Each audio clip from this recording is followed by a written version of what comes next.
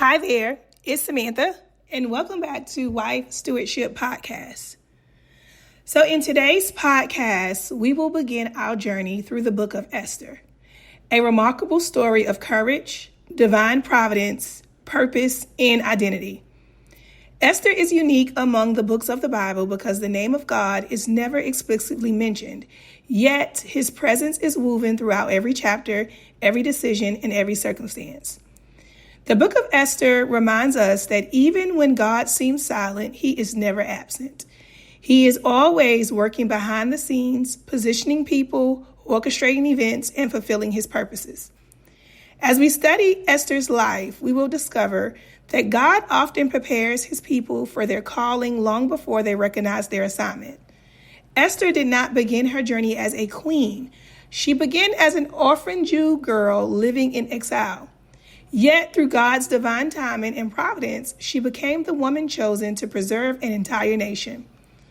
Before we explore Esther's character and calling, it is essential to understand the historical setting in which this story unfolds.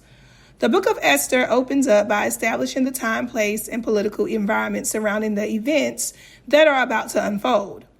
Most historians identify Ahasuerus as Xerxes I, the king of the Persian Empire, who ruled from approximately 486 to 465 BC. He inherited an empire that was unmatched in size, wealth, and influence. The Bible tells us that he reigned from India even unto Ethiopia over 120 provinces. This description emphasizes the extraordinary scope of his kingdom. To the east, his empire extended to India, encompassing lands rich in resources, trade, and culture. To the south, it reached Ethiopia, or Kush, representing territories deep within Africa. His kingdom stretched across modern-day Iran, Iraq, Egypt, Turkey, Pakistan, and portions of North America and Central Asia. The mention of 127 provinces highlights the vast administrative system required to govern such a diverse empire. Each province had its own customs, language, and leaders, yet all operated under the authority of the Persian king. This was not merely a kingdom, it was a global superpower. Understanding the immense power of Ahasuerus helps us appreciate the significance of Esther's story. She was not entering a small local court, she was stepping into the stage of world history. Yet amid the vast empire, there is even greater truth. No earthly kingdom is beyond sovereignty of God. While King Ahasuerus appeared to hold ultimate authority over nations and peoples, the book of Esther reveals that God remains the true king over all kings. Proverbs 21:1 reminds us, "The king's heart is in the hand of the Lord. As the rivers of water, he turneth it whithersoever he will." The Persian king may have ruled over 127 provinces, but God ruled over the king. God's purposes are not limited to or by political systems, geographical boundaries, or human power structures. Even while his people lived in exile under foreign rule, God had not forgotten them. The Jewish people were scattered throughout the vast empire because of previous captivity, and many remained in Persia even after others returned to Jerusalem. Though they were far from their homeland, they were not beyond God's reach.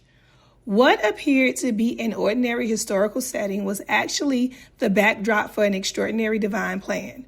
God was already positioning people. God was already arranging circumstances. God was already preparing Esther. And perhaps the most encouraging lesson for us today is this: God often does his greatest work in places where we least expect it. He works in foreign lands. He works in difficult seasons. He works through unlikely people. He works behind the scenes. The story of Esther teaches us that your current circumstances do not limit God's ability to fulfill his purpose for your life. You may feel overlooked, hidden, or far from where you expected to be, but God specializes in using ordinary people in extraordinary ways. Before Esther ever wore a crown, God had already established her purpose. Before the crisis arose, God had already prepared the solution. Before anyone recognized her significance, God had already chosen her for such a time as this.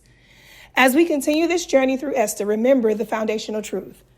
God's providence is often most evident in hindsight, but his hand is always at work, even when his name is not mentioned. The same God who guided Esther's steps is guiding yours today. Now let's begin. Esther chapter 1, the hidden hand of God in human pride and divine preparation. The first chapter of Esther serves as the foundation for the entire book. At first glance, it appears to be the story about royal banquets, political decisions, and the removal of a queen. Yet beneath the surface lies a deeper message about God's sovereignty, human pride, the abuse of power, courage, and divine preparation. Although God's name is never mentioned in the book of Esther, his presence is evident throughout every event. Esther chapter 1 reminds us that God is always working behind the scenes, arranging circumstances and positioning people according to his purposes.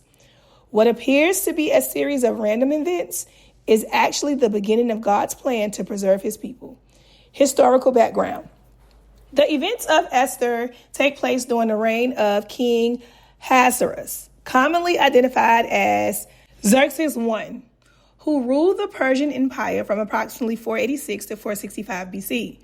The Persian Empire stretched from India to Ethiopia and consisted of 127 provinces. It was the largest and most powerful empire of its time. Many Jewish people remained scattered throughout the Persian Empire following the Babylonian exile. Although some people had returned to Jerusalem under earlier decrees, many, including Esther and Mordecai, continued to live in Persia. The story unfolds in Shushan, or Susa, the king's winter palace and administrative capital.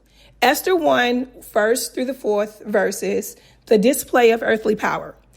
King Ahasuerus hosted an extraordinary gathering for his officials, military leaders, nobles, and governors.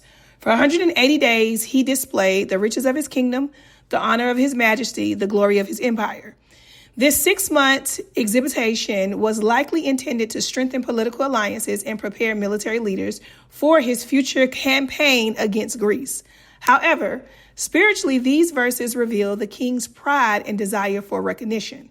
The king wanted everyone to see the greatness of his kingdom. Yet scripture repeatedly reminds us that earthly power is temporary. Psalms 103 and 19 declares, "The Lord hath prepared his throne in the heavens, and his kingdom ruleth over all." King Ahasuerus believed he was displaying ultimate power. But we have to understand that even the most powerful ruler on earth remains subject to God's authority. We live in a culture that celebrates status, influence, wealth, and public recognition. Esther chapter 1 reminds us that the human accomplishments, no matter how impressive, are temporary. True significance is found not in earthly possessions, but in God's eternal purpose. Esther, 1st chapter, the 5th through the 8th verse, the 7-day feast. Now, after the 180-day display, the king hosted a 7-day feast for everyone in Shushan, from the greatest to the least. The description of this feast emphasizes incredible luxury. White, green, blue hangings, marble pillars, gold and silver couches, golden drinking vessels, abundant royal wine. Everything reflected excess and extravagance. Intercisingly, verse 8 states, "And the drinking was according to the law. None did compel. Each guest could not choose how much to drink." The details reveal that although there was freedom within the celebration, self-control was still necessary.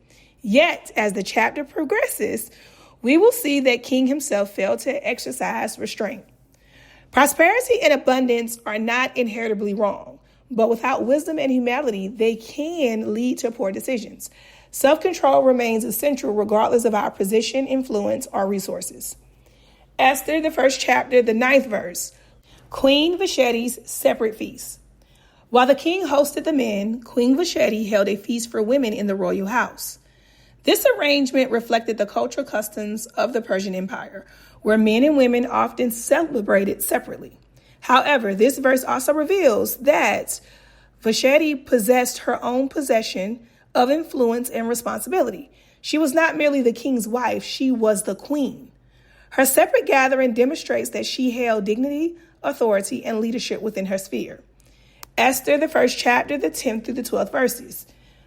Vashti's refusal. On the seventh day, when the king's heart was merry with wine, he commanded 7 chamberlains to bring Queen Vashti before his guests. The text states that he wanted to display her beauty because she was fair to look on.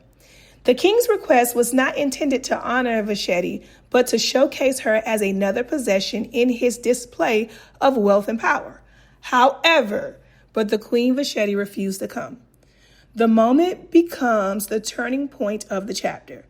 The Bible does not explicitly explain Vashti's reason, but her refusal demonstrates courage and conviction.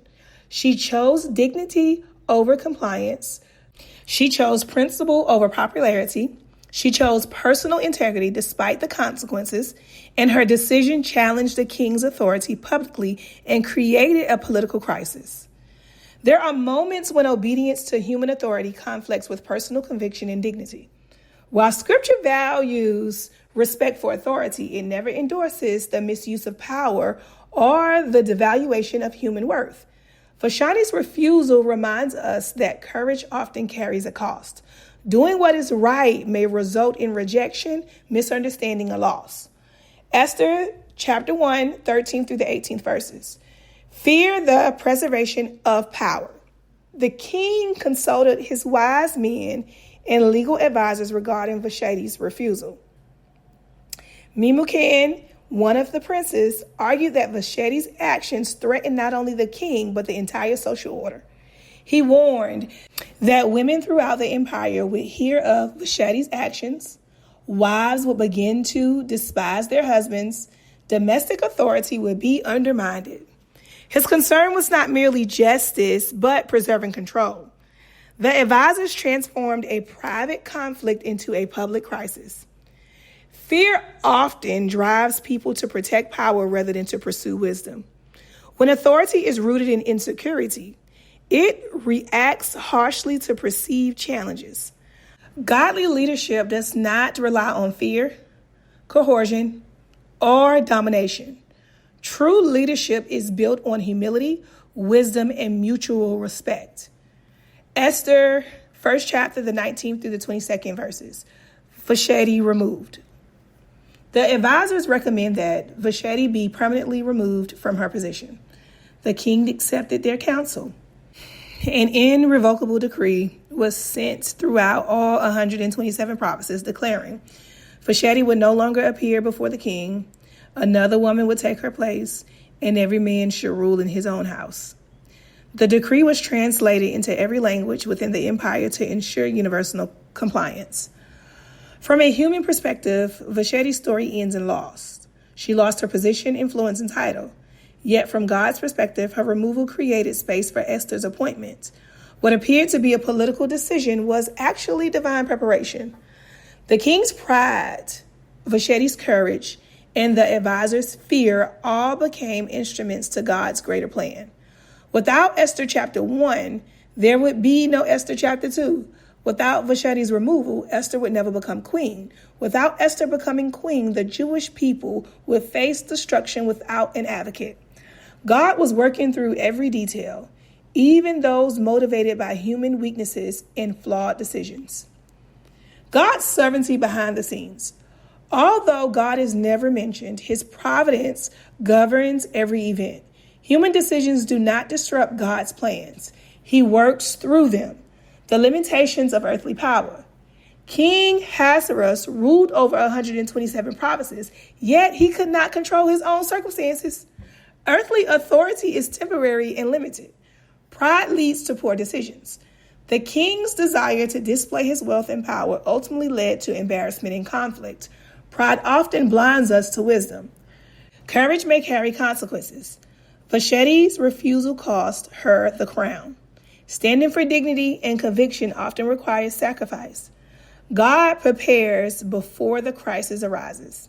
Before Haman's plot existed, God was already positioning Esther. Before the problem emerged, God had already begun preparing the solution. Esther chapter 1 teaches us that God is always at work, even when he seems silent. Behind the banquets, decrees, political maneuvering, and personal conflicts, God's providence is quietly unfolding.